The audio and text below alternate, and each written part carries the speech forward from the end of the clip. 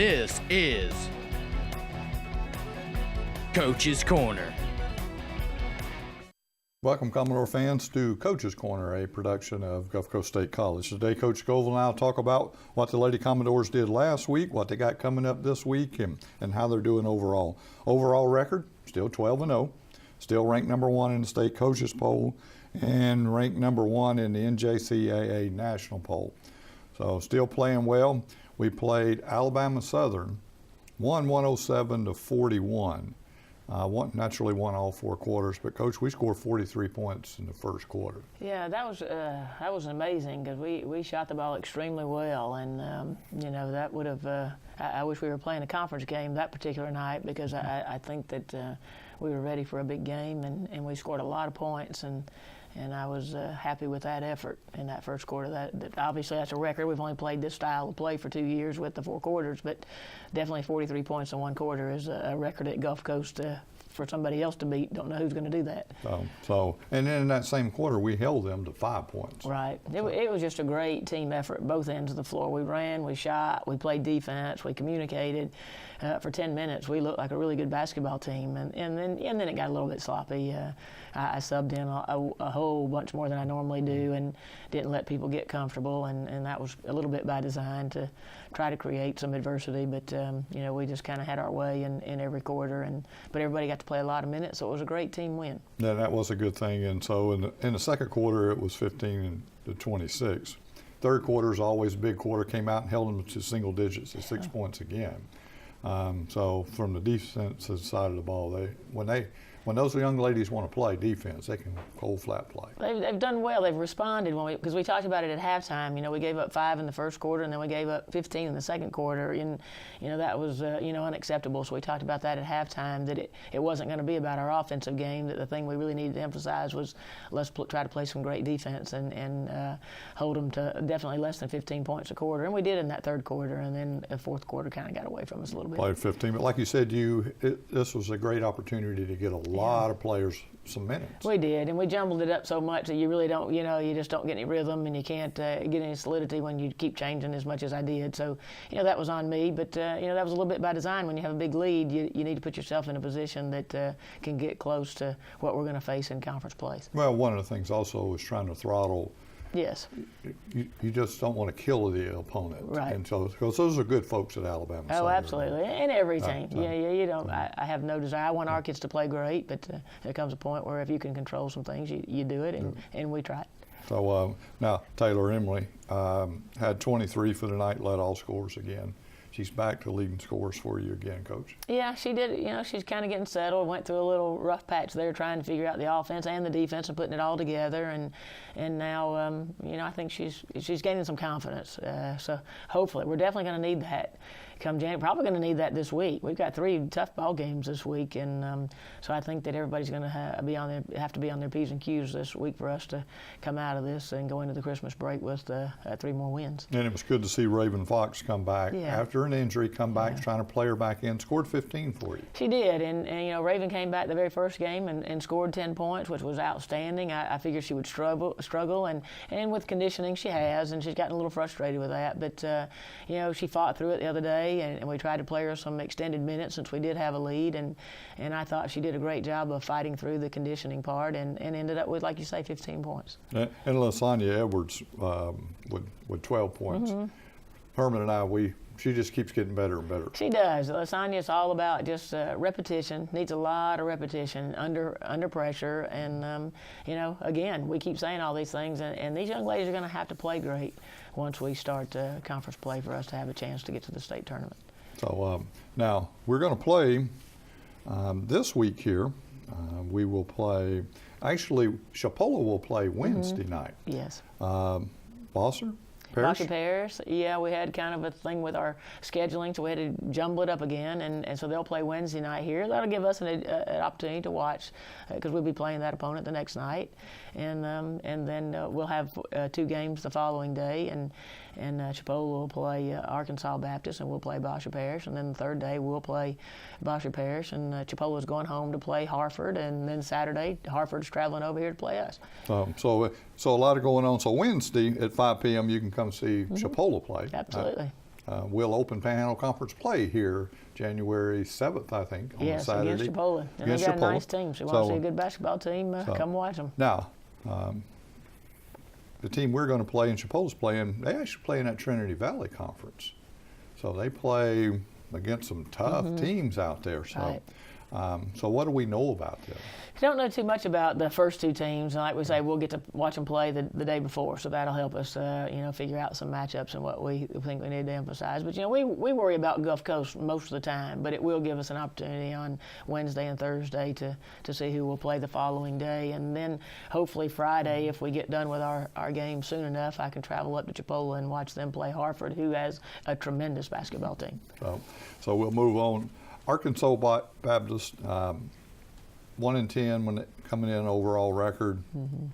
Like you just said, we don't know much about them, but we'll get a chance to see them. Right, don't know much about them. Like I say, about the only team that I know a little bit about is the Hartford team, and again, we'll see all three of them play prior to our game. And so, and then like you said, Chipola, we'll play Thursday at 5 p.m.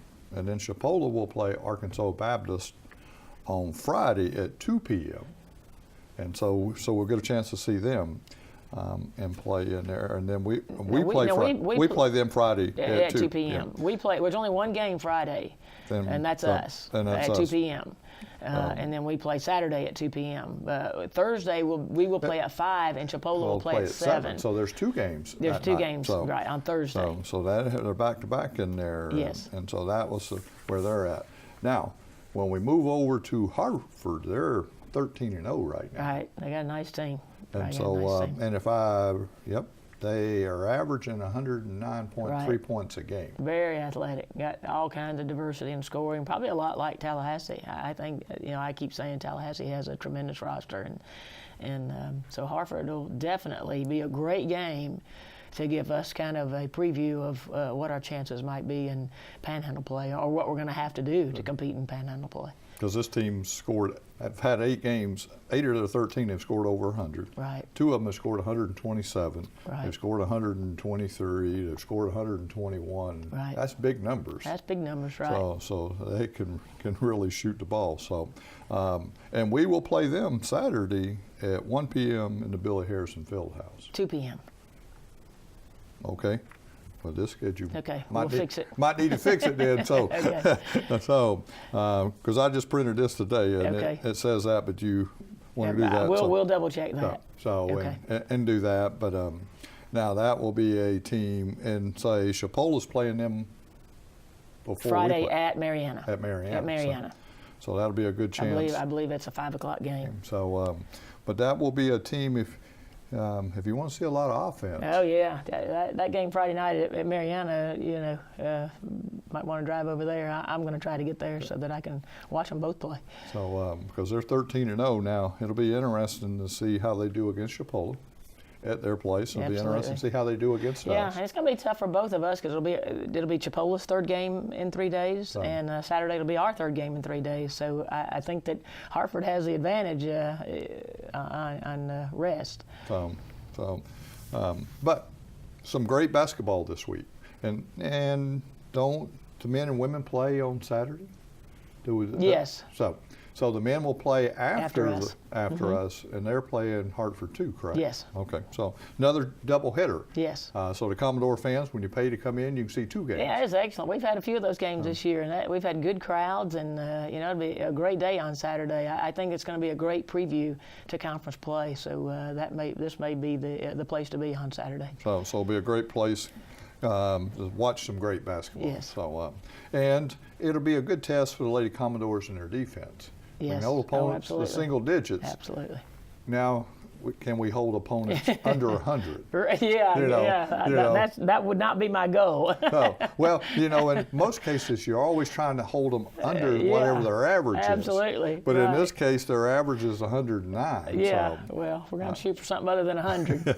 Never done that before. Don't plan on doing it now, but they may score 130. Hope not. So we hope not. So anyway, we've kind of moved through what we're doing pretty quickly, Coach, because with only one game we had to talk about this week.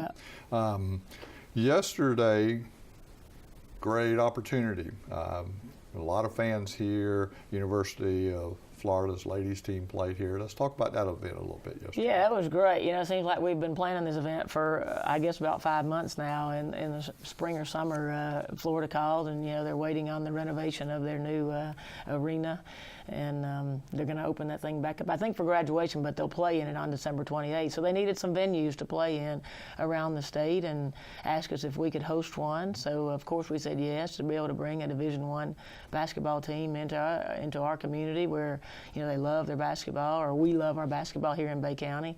And it's just been a great event. And for the fact that we couldn't receive any revenues due to the rules, we brought in a Play for K, because the K Yao Foundation was the title sponsor for the National Women's Basketball Tournament last year. And they came and spoke to all of us and said if you had at any point an opportunity to help and put the K Yao event at your venue, then try. So it just made sense that since we couldn't receive any revenues and they specifically asked us to try to get involved, it made sense, and it all worked, and it was a great day for our community. It was a great day of basketball, and then to honor those cancer survivors at halftime was, very moving, with Professor Carissa Hosey singing, a very inspirational song. It was just a tremendous event, very emotional event. So, and she did do a great job. Oh, it was like, wow. And she has a great voice. And then we had a pep band from the Yes, that was all Gulf Coast students. The effort for the event, it really kind of took on a life of its own. There was a point where I wasn't so sure we were so crazy about it, but it took on a life of its own. And Jason Hedden got his people to come, and Randall Haynes directed the pep band. It was all Gulf Coast students. Our maintenance and custodial staff did a tremendous job getting the facility ready for us. And the administration supporting us, and just we had help from every department. You guys from technology and the radio and TV broadcasting, what you guys had to do to be able to send this thing back to ESPN.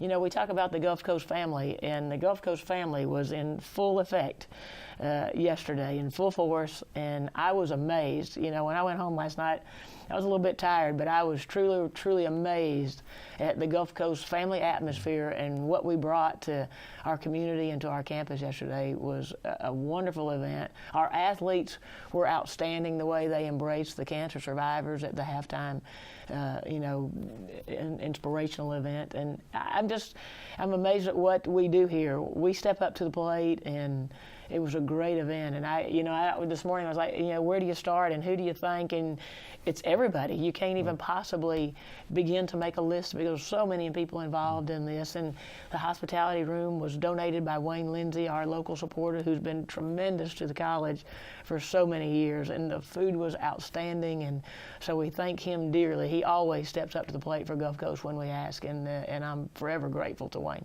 Well, and like you said, even the last-minute requests, and there were several that came in, everybody was, what do we need to do? How do we do it? Let's get it done. Yes. But that's the Gulf Coast way. It is the Gulf Coast way. And again, the Gulf Coast family was in full force yesterday, and I'm very, very thankful to everybody. So let's run through the conference right quick. Chapola's still unbeaten, 11-0. We moved to Northwest Florida. They're 9-2. If we move over to Pensacola State, 12-1. Yeah. And then if we move to Tallahassee, finally dropped a game, or they're 11-1. Yeah. So and still averaging right at 95 points a game. Tallahassee, they're so diverse in their scoring and their athleticism, and when you read their scores, it's usually different people leading, and then there's some consistent play by a few of them, and they just have a tremendous ability to score. But when we look at the conference and you think about your own weaknesses, you hope you can hide them, but every single one of these teams provides threats to us that we have got to figure out a way to overcome them. So for Coach Scovel, I'm James Baxley. We'll be right back, Commodore fans, with Coach Jay Powell and talk about how the men did last week on the Commodore Sports Network. Welcome back, Commodore fans. Coach Jay Powell and I are going to talk about how the men did last week and what they got coming up this week. Right now, their overall record is 11-2, ranked number 9 in the state coaches poll. This past week, we played Alabama Southern here. If you bought a ticket, the Commodore fans got their money's worth that night, Coach. Double overtime, won 127-122. a game like that kind of messes up the stats for everybody because they're playing all those extra minutes and those kind of things. But the Commodores did come away victorious. Won the first half. They won the second half. Nobody won the first overtime, and fortunately we won the last overtime. So let's talk a little bit about the game. Coach Jeremy, I want to start with, we could easily start with Jeremy Harris, scored 40. But you got Londell King that had a double-double, 20 points and 15 rebounds. There's a lot to talk about in this game. Yeah, there was. There is a lot to talk about. As you mentioned, Jeremy played well. He did a good job. He had 40 points, shot a high percentage from the three-point line and from the field. He had 8 assists and 7 rebounds, I believe, and had some big buckets for us when we needed it. I believe it was in the second overtime we got down 5, 6, maybe 7 points, and he rattled off 5 straight for us. And those were big plays. So Jeremy did an outstanding job, as he has been, and as I believe he'll continue to do. But Londell King did have his best game of the season with 20 points and 15 rebounds, none of which were bigger than, at the end of regulation, they made a 3 with 1.5 seconds left and to tie the game. And then at the end of the first overtime, we were down 2, and Jeremy missed a shot, but Londell was able to get up there and get the rebound and put it back in for that to force the second overtime. So Londell did a real nice job. He played big, he played athletic, he was very active, had a good nose for the ball. So we were proud of him, and he did a good job. Then he came back and had a nice weekend as well. So hopefully this is something that will just continue to build and get him on a roll. And then we got to talk about Will Robertson. He had 20, 14 of 15 from the free throw line, but stepped in that second overtime, knocked 6 free throws down in a row. He did. Will had a lot of confidence. As I was in a couple of discussions with the officials, the other coach and myself, Will was lobbying to shoot those free throws. And then, he's lobbying against Van Johnson, Jeremy Harris, Dashane Murphy, all of which might be more logical picks to shoot them at that point.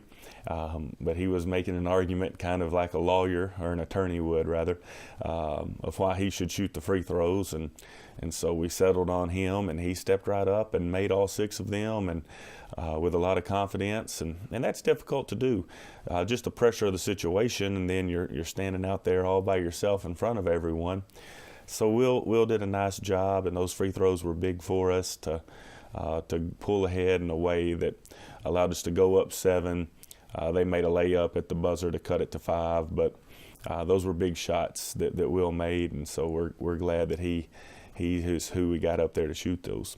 And so, and then Van Johnson off the bench with 12 for you that night. Van's been doing well. He seems to want to make a turnover or two late in the game that can be aggravating. And I told him on Friday at practice, I said, one of these days, though, it's just going to click. And you're going to take a deep breath and not make those anymore. But Van's along with Josh Wade, our top defenders. They're our 2 toughest players. Van has been incredible with his leadership off the court and on the court. And so Van made some very nice plays that helped us win that game, including going coast to coast for a layup that I kind of think Alabama Southern thought that they were back in transition, but Van found a way to get to the rim and score a bucket for us. So he did a nice job and had a nice game. So, and all 5 starters all finished with double figures. That's something that after the game, Coach Jackson especially was getting onto our bench, not because they didn't score double figures, but we had a drop-off Thursday night in our game from our starting lineup into our bench play. On Saturday, somewhat there was, but then on Sunday our bench play was much better. That's something we're going to have to focus on, and that's something that the men that are coming off the bench are going to have to do a better job. We're just going to have to play better and give us more productive minutes when they get in the game. And so if we look at shooting from the floor, 35 of 54 for 64.8% from the free throw line, 12 of 31 from the three-point line for 38.7 and 40 of 87 from the floor for 46% that night. But big win. It was a good win for us. Good win after battle through 2 overtimes. Last year and in the past, the Commodores have had those overtime games, so it's great to have one like that. Yeah, we've had a couple now, and you're bound to have some of those in conference play. You set up your schedule each year. You don't know how each team's going to be. We have some programs that are traditionally good, but occasionally they even have bad years. What I've tried to do at my time here at Gulf Coast is to play as many true college teams as possible. You get down maybe other teams, other coaches, for whatever reason, they'll play 4, 5, even 6 preparatory schools. Possibly play some NAIA or Division II JV teams. I've just always thought it was best to play as many true junior college teams as possible. And so you're going to have good competition. You're going to have close games. You might even have a loss or two here or there because you play that type of schedule. But I've always thought it was what was best for our guys, not only in the current season that we're in, but in the future, to prepare them for their upcoming college seasons, whether it be with us or at a 4-year school that they're going to transfer to. So we had a close one. The men were able to pull it out in that second overtime. It was a good win for us. And then you travel down to Ocala and played Saturday and Sunday. We played Hillsborough Community College and won 78-74. Looks like Jeremy Harris led all scoring again. He did. Jeremy had 21 on Saturday. Van Johnson stepped up with 18. And then Dyshane and Londale both had 11. It was a good team effort. We were up 12, and then similarly to Thursday night, we made a couple of bonehead plays, and then all of a sudden we were up 2 with a couple of minutes left. But the men were able to continue to score, make enough free throws, win the game by 4. Hillsborough threw us for a loop a little bit in their starting lineup. They had a player that had not even played in the game, and as it turns out, he was coming off of a leg injury, and he was a nice power forward. He was about 6'5", maybe 6'6", strong, rebounded the ball well, and so we weren't just real prepared for that because we didn't know the man existed as far as the roster goes. So the guys made some adjustments, and then we were able to pull that game out. It was a good first day and an opportunity to play there at the College of Central Florida. So a good game for us, and the men did a nice job, other than about a minute span there where we allowed Hillsborough to go on a 10-0 run on us. And so and then we came back and you played again, played Saturday, played Sunday against State College of Florida, won that one 83-60, a bigger margin there. We really focused after the game Thursday night. So in our practice / walkthrough Friday, and then after the game Saturday, we spoke to the men about how our defense has to get tougher and improve for us to be in the hunt for a conference championship. I felt like our defense was better on Sunday. We were much better at keeping men out of the paint and guarding the ball. We were better at contesting shots. So that part was better. We were up 23 at the half, and then in the second half we built it up to, I guess, 30 or 31. We were able to sit, some of our main guys the last 6, maybe 7 minutes of the game. So a good win, a good overall effort by the men, and made for a nice, 5-hour trip home in the bus on Sunday afternoon. So overall, very good weekend. Hillsborough and State College of Florida junior colleges have the same type resources, and so to go in there and win 2, that was very good for us. No injuries to speak of, safe travels on the bus, and so everything went pretty well for us. And now we have the opportunity we had the opportunity to get home early enough for the men to study for finals last night, wake up this morning, have study hall, so that the men are prepared for their finals all week. And then we'll just practice when we have time available in order to get ready for this weekend. So, and then just to mention Jeremy Harris with another 20. So, and is scoring well for the Commodores. Now, if we look at what's happening this week, Friday, you're going up to Mariana and play Monroe College, which, if I look right, 9-5 overall. One of their victories is to a team we'll talk about after this game. But what do we know about Monroe? Monroe has a very good tradition as a men's junior college basketball team. Years ago, we played them, but it's one of those same situations as when San Jack brought their team from Texas over to play us in Northwest Florida, and they knocked both of us off that weekend in Niceville. They wouldn't be coming down here unless they were planning on winning. So they're going to play us on Friday at 3 in Mariana, and then they will play Chipola Saturday in Mariana. So they have plans to come down here and win. Good program and a good team. I think you mentioned they have 5 losses, 2 or 3 of those against teams from Florida, College of Central Florida and Eastern Florida State. And then, of course, Eastern Florida State possibly will be the #1 team in the state coming out this weekend with TCC losing. So anyway, a good challenge for us on Friday against Monroe. They do have a very good guard, and they do have very good wing and a very good post. So we have to be prepared for all aspects of that. Fortunately, we were able to get 4 or 5 game films of them, and Coach Jackson and Coach Vogler will have a great scouting report ready for us so we can be ready on Friday. And then on Saturday, we have another doubleheader. The women will play Hartford at 1. The men will play at 3. Hartford comes in with a 10-2 record. One of those losses to Monroe College. And they average about 82 points a game. What do we know about them? They have a couple of power forward, small forward type players, might even play the post for them, that I was told by a junior college scout that has a national service, transferred from SEC football schools. So they're going to be athletic, they're going to be strong, they're going to be physical. They have a good record, and we're going to have to be ready to play on Saturday as well. As far as for us coaches, it's a challenge this week. The men haven't been home in about 4 months. To get mama's cooking or grandma's cooking. They're going through finals, and most of our guys, we have a very young team, as you've mentioned earlier in the year, and so we have guys going through final exams for the first time, and so that's something totally new to the men. So to keep the men focused, to have us ready to play on Friday and Saturday is going to be a challenge.